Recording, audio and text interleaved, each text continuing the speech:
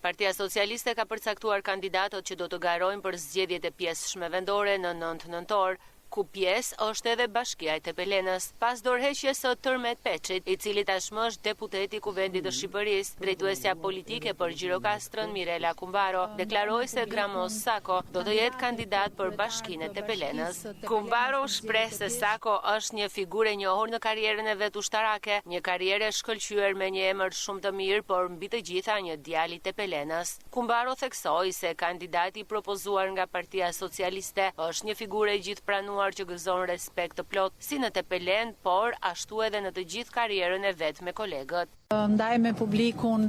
kandidatin për kryetar të Bashkisë Tepelenës në zgjedhjet e pjesshme,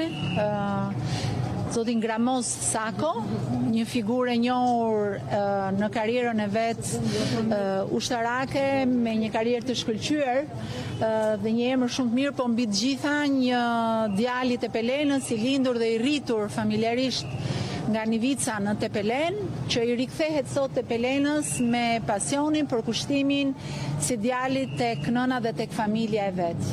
Është një figurë e gjithëpranuar që gëzon respekt të plot si në Tepelen, por ashtu edhe në gjithë karrierën e vet, në kolegët dhe që ka lënë emrin e mirë kudo. Jemi të bindur që me Gramon Sakon do të kemi një vazhdim shumë të mirë të vizionit të Tepelenës 2030 për të vazhduar në të gjithë projektet e suksesshme të zhvillimit turistik dhe bujqësor të qarkut Gjirokastrës, ku Tepelena do të vazhdojë të jetë një krenari për Partinë Socialiste, por edhe për gjithë jugun e Shqipërisë. E ndërsa socialistët tashmë i përcaktuan kandidaturat e tyre, forcat e tjera politike ende nuk kanë një emër konkret për Bashkinë e Tepelenës.